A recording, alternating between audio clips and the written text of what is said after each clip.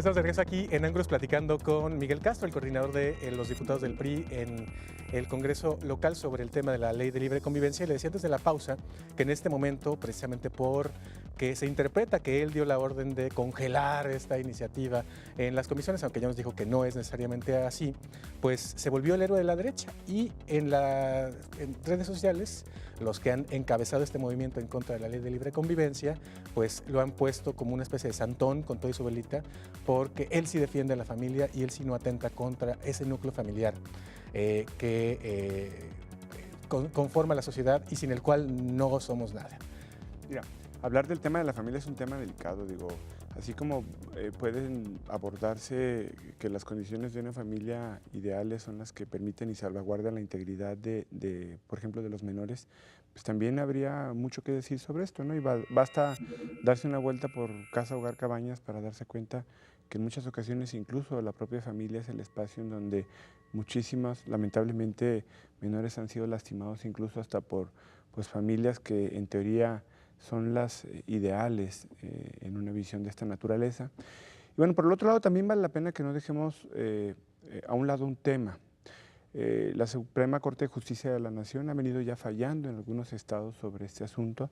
En el caso de Jalisco ya hay por un par de mujeres interpuesto un procedimiento. Sí. Hace tiempo acudieron a una oficina del registro civil para poder tomar una decisión de matrimonio. Y evidentemente yo creo que es un tema también que debe de estar presente en la mesa, en el debate y en el conocimiento público, porque bueno, pues sin duda es un tema que con independencia de lo que en el propio Congreso, en este momento, en esta línea de tiempos, se esté debatiendo y analizando, pues será un asunto que si el Congreso no lo aborda y no lo atiende, seguramente la Suprema vendrá a replicar la pena. Así es, ¿no? Zaira y Marta. Y de hecho, qué bueno que traes el asunto a colación, porque parte de lo que ustedes quieren hacer con la postura del gobernador y la de la propia facción, que es dejar claro en esta reforma que no se va a llamar matrimonio y que no se va a permitir a los gays adoptar, es considerado por la Suprema Corte de Justicia, si ustedes revisan los casos que he revisado en otros estados, discriminatorio, porque se limitan los derechos. En ese sentido, hay ciertas interpretaciones que dicen que ustedes lo que realmente están haciendo es esperarse a que la Suprema dé esta orden de legislar para no pagar el orden político y que por eso le metieron freno.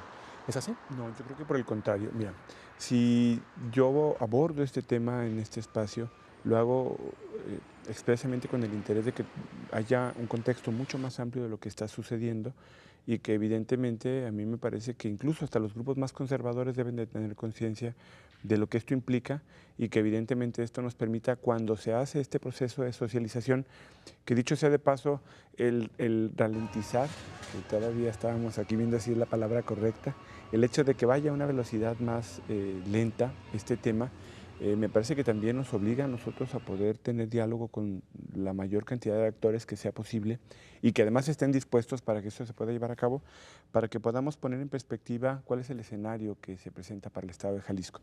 Pero bueno, solamente lo doy como un elemento más, no se está buscando sacarle al tema y no por esta situación. ¿No están de alguna manera como perdiendo el tiempo en cuestiones que no tienen que ver con la iniciativa?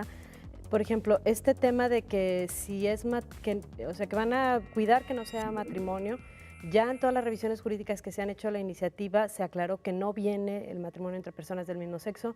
Cuando se habla que no se va a permitir la adopción, ya se aclaró jurídicamente que no viene absolutamente nada con respecto a la adopción. Incluso la legislación vigente actual da más posibilidades de adopción a una pareja del mismo sexo que la ley de libre convivencia. Y luego también cuestionan que se remita al Código Civil. Prácticamente todas las leyes y códigos te remiten a otra legislación para la aplicación supletoria. ¿Qué está pasando ahí? ¿No están como perdiendo el tiempo o encontrando pretextos? No, para nosotros es importante un proceso de socialización como partido. Y creo que en ese orden de ideas me parece que vale la pena traer a colación una cita de Jesús Reyes Heroles sobre el tema de que la forma es fondo. Para nosotros es importante poder hacer este proceso de diálogo. Creemos que es necesario así hacerlo y bueno, pues creo que tenemos el derecho, pero también la obligación de poder abordar este tema desde esta perspectiva. Es cierto, yo lo comenté desde un inicio, tanto en el tema del matrimonio como en el de la adopción, esta es la realidad, la que planteas con claridad y que yo lo dije al inicio, pero lo que me parece que no podemos perder de vista es que ha habido actores políticos, ha habido partidos políticos que han buscado sembrar en la sociedad ese temor o ese ruido en algunos espacios, y esto me parece que vale la pena por lo menos dejarlo en claro y que esto nos permita a nosotros avanzar. Miguel, hablas de que es un tema delicado y pues, claro que lo es un tema complejo y luego polariza. Dijiste hace un momento que era importante no balcanizar, entiendo como que no polarizar y fragmentar. Yo creo que es inevitable en temas de estos que el debate pues, se vaya a distintas posiciones, solo que yo veo una cosa, no sé si ustedes estén de acuerdo. Cuando los conservadores defienden el modelo de familia, el que creen que es el correcto, el natural, que defienden que solamente el matrimonio sea entre un hombre y una mujer y que solamente una familia así pueda adoptar, ahí creo que están siendo discriminatorios, esa visión conservadora. Y lo digo porque creo que finalmente el PRI se está acomodando a esa versión al momento que dices, defendemos ampliación de derechos, pero no matrimonio y no adopción.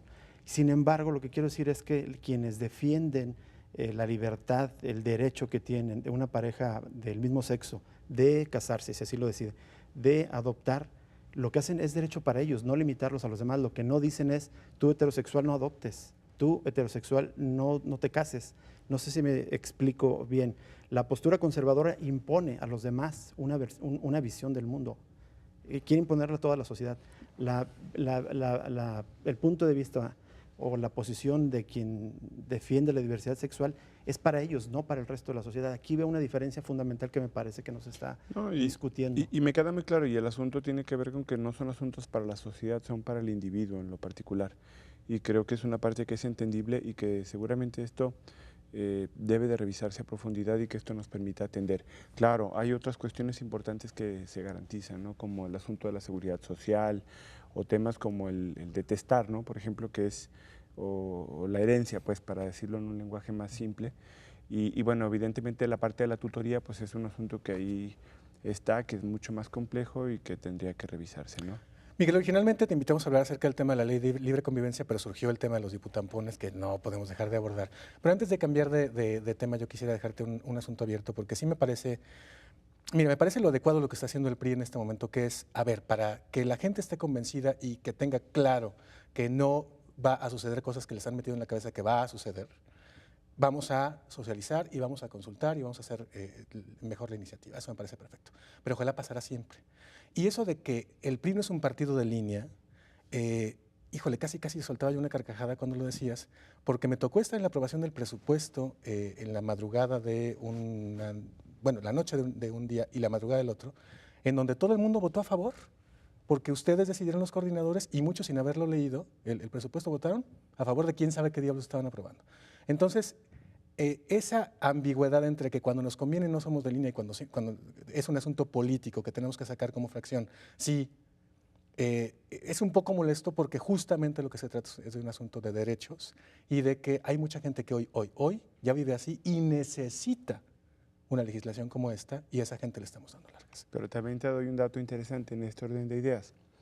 Dentro de la fracción hemos platicado mucho sobre la necesidad de ese análisis individual, personalísimo, incluso íntimo en esta toma de decisiones, porque en algunos casos ha habido incluso diputados que han planteado que es un tema que tienen que revisar hasta con sus propias familias y que es un asunto que no es menor. Pero también hemos planteado que este diálogo debe de darse en lo colectivo.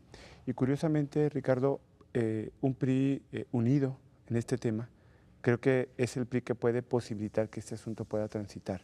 Entonces, me parece que sí estamos haciendo un ejercicio responsable porque le hemos dado la oportunidad de que cada quien revise, vayamos fijando posturas. Esto nos permita irnos encontrando e irnos acercando porque la naturaleza del tema creo que sí lo obliga.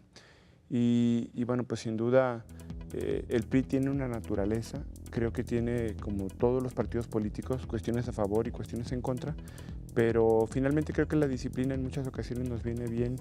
El problema es cuando esa disciplina se utiliza de una manera irresponsable, ¿no? Muy bien. Vamos a una pausa. Después de la pausa seguimos platicando acerca de otros temas del Congreso del Estado. El tema que ha estado en boga en los últimos días es que usted y yo le estamos pagando los bubulubus, las botas para que no se manchen de los zapatitos y los rastrillos a algunos diputados que deberían estar utilizando ese dinero para estar en contacto con ustedes y conmigo como ciudadanía. Ya volvemos.